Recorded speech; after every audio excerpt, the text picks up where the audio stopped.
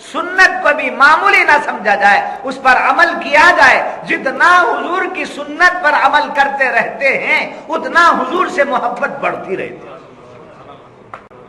اتنا حضور سے محبت بڑھتی رہتی ہے۔ یہ بدعقیدہ لوگ حضور کی سنتوں سے ہمیں دور کرتے ہیں، جس کی وجہ سے حضور کی محبت ہمارے اندر مضبوط نہیں ہو پاتی۔ بات سمجھ میں آ گئی؟ اور اس کے بعد پھر صوفیہ فرماتے ہیں دو چیزیں ہمارے اندر ہیں، ایک ظاہر اور ایک باطن۔ ہمارا ظاہر جس کو ٹاپ ٹو باٹم کہتے ہیں، یہ پورا ظاہر شریعت کا پابند، ہمارا پورا ظاہر شریعت کا پابند، ہمارا باطن طریقت کا پابند، ہمارا باطن طریقت کا پابند ہو، باطن قلب کی کیفیت